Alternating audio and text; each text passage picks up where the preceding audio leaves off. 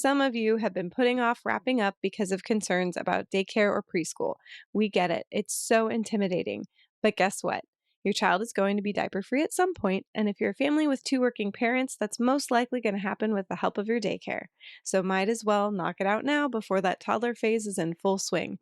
Let's get to it. This is episode 254, How to Wrap Up EC When Your Child is in Daycare.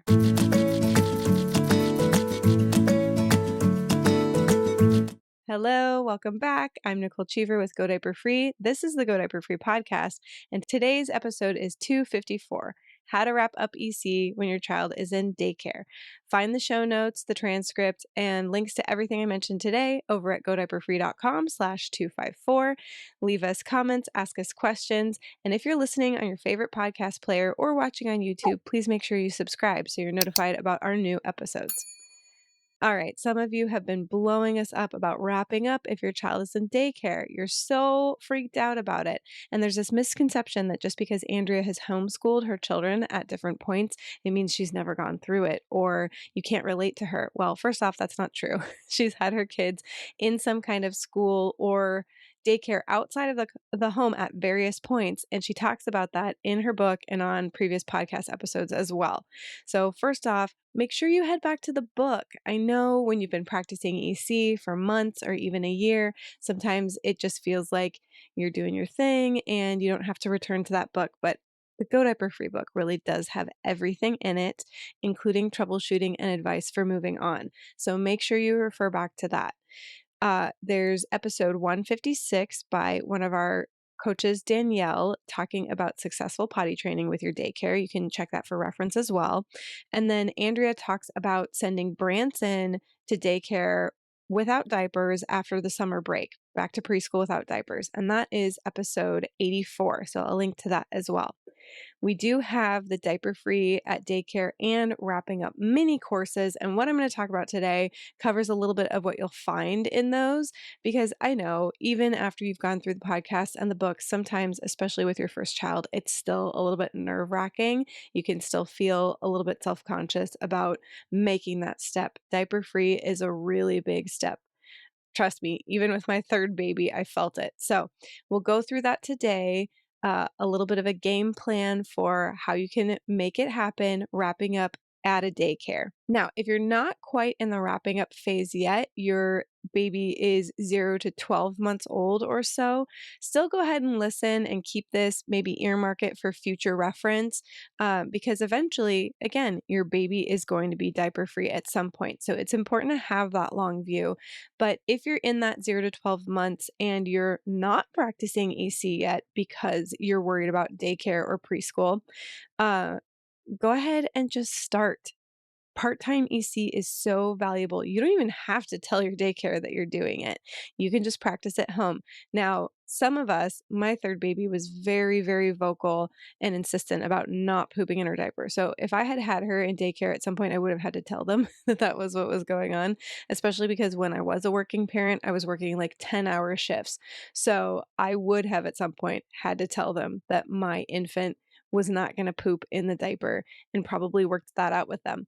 But for many babies, you can just practice part-time and it's not a big deal and you don't have to worry about any questions or judgment or anything that you're maybe a little bit insecure about when it comes to your daycare. If you're in that 12 to 18 month range, we're thinking about wrapping up right around the time they start walking. When I started EC with my third baby, I told my husband, okay, we're going to have diapers for 18 months and then we'll be done. And then as it started to approach her 10, 11-month mark, a little bit before her first birthday, I got panicked all of a sudden. I was like, oh no, actually, we're probably going to ditch diapers around walking. This is coming up really soon. I don't know what to do. So I had to go back and listen to some of the podcast episodes and give myself a little pep talk about doing that. We're good now, but I get it. So if your baby is walking or they're going to be walking soon, this is around the time we're going to be wanting to wrap up. And that wrapping up mini course is really going to help you, as well as the troubleshooting in the book. And the diaper free daycare mini course is for any babies 0 to 24 months. If you're already diaper free at home and you want to continue it with your caregiving team, if you're just about to send your child to preschool, for the first time and you want a really seamless transition, you want to potty train or do EC without the fear of daycare holding you back, the mini course is going to be really helpful for you. So, this is a little bit of a blend. This game plan for you is a little bit of a blend of what's in that mini course and some of my own experience. I didn't do pure EC with my second baby when I was working full time. I tried it a little bit later in the game at about 16 months, and she was just not having it. You've probably heard me talk about it before. She was way too independent. She didn't want me having anything to do with this whole potty routine. So we reset, we regrouped, and we waited for the next longer weekend, and we went ahead and did the potty training experience. And then I sent her to daycare without diapers. So I'm drawing a little bit on my own experience there because we were successful, but as anything else, we had hiccups along the way. It happens. The first tip I'm going to give you is plan ahead. You can wrap up or at least start that process even as early as 6 to 9 months. Go to that section of the book, Building Blocks of Potty Independence, and look at all the things you can start teaching your child as soon as they're even a little bit mobile. And you start putting those building blocks in place, you start encouraging their independence in all these different areas. And by the time they have mastered walking, they already have all those skills, or they're at least starting to get them. And then diaper freedom and wrapping up is pretty smooth from there. Usually, again, no shame whatsoever if you end up using a potty training experience to finally put a little bow on EC and just wrap it up for good. I mean, that's kind of what I ended up doing with my second anyway. There's no shame in that. But most babies, a lot of babies can really just wrap up if you're putting those building blocks in place and handing over the keys throughout as they become developmentally ready for each step. Second point, you're going to want to have a conversation with your daycare. Find out what their policy is and also what's possible, because just because it's written down doesn't mean it's necessarily the only option. A lot of times they put a policy in place that's convenient for them, that seems to work for most of the parents, but there may be a little bit of wiggle room. So don't read it and then just give up hope. Talk to your care providers, see what's going to work for them.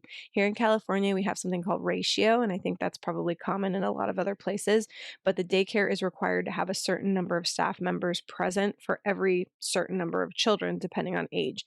So depending on what the staffing's like, what ratio is going to require, it might not always be possible, but it's so important to have that conversation. And of course, if you have it early, you then also have the opportunity to shift to a different care situation if it's going to work better for your long-term goals.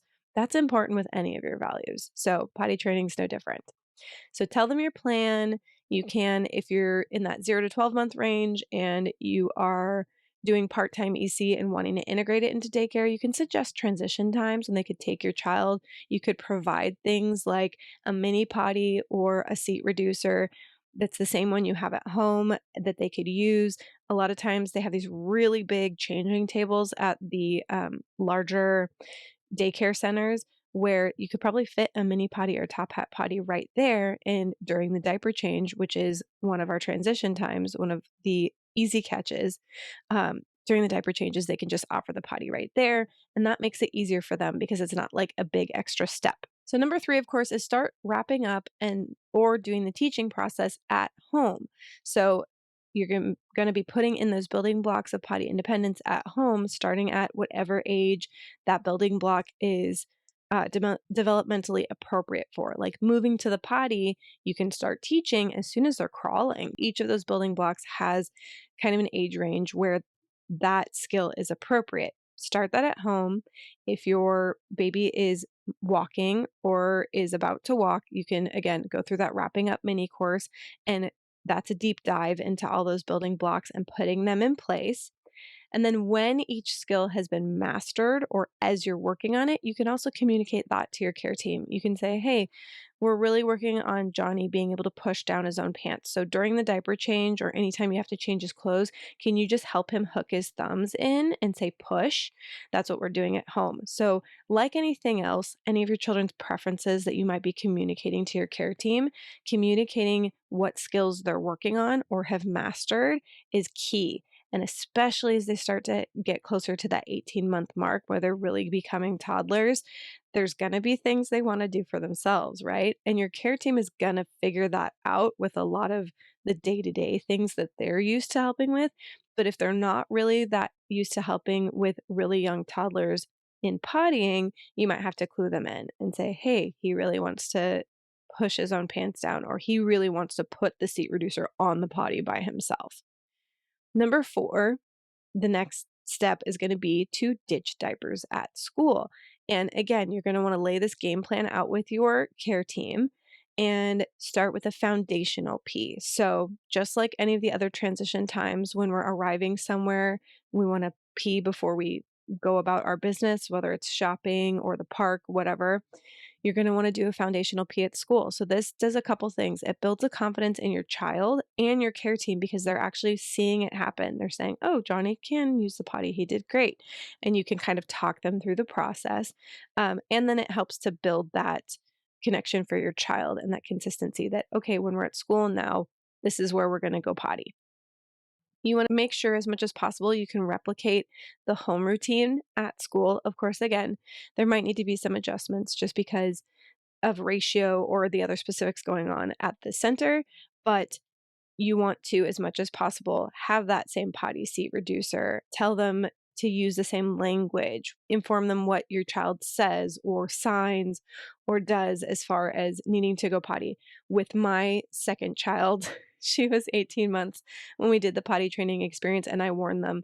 I said, "She will just sneak off to the bathroom by herself and she won't tell you. And if you follow her and you make too much of a big deal about it, she'll clam up and decide, oh, nope, I don't have to go potty." And then you might have a miss. So really just try to kind of peek in on her, give her as much privacy as possible, and just notice if maybe she needs help getting the pants down. And if she does, you can offer quick help and then step back out of the bathroom.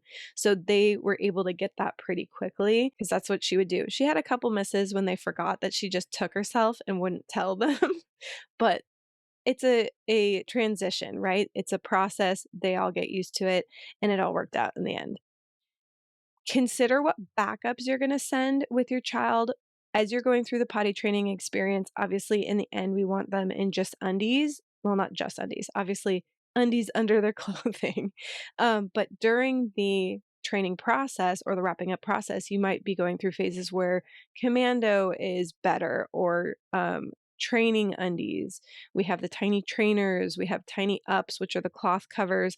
I used those a few times with my youngest just alone, but you can also pair them with the trainers for more absorbency if you're worried about that. And so during the wrapping up process or during the training process, you might go pretty quickly through a few different types of backups. So check out episode 53. That's the ultimate guide to backups, and it goes over every option and what it might be good for. So if you're stumped and you're still getting lots of wet pants or no signaling, things like that, it might be time to change your backup. So make sure every day you come to school, you inform your care team of what backups you have that day and maybe give them a little insight into why you're using them. That brings them into the conversation and that can actually encourage them to give you feedback on whether or not they think those backups are working and what maybe you could try differently the following day. Don't forget your wet dry bag. That's super important so that they can put any wet clothes in the waterproof zippered part, and then you can have the extras in the not waterproof, the smaller section. So we have those at Tiny Undies as well.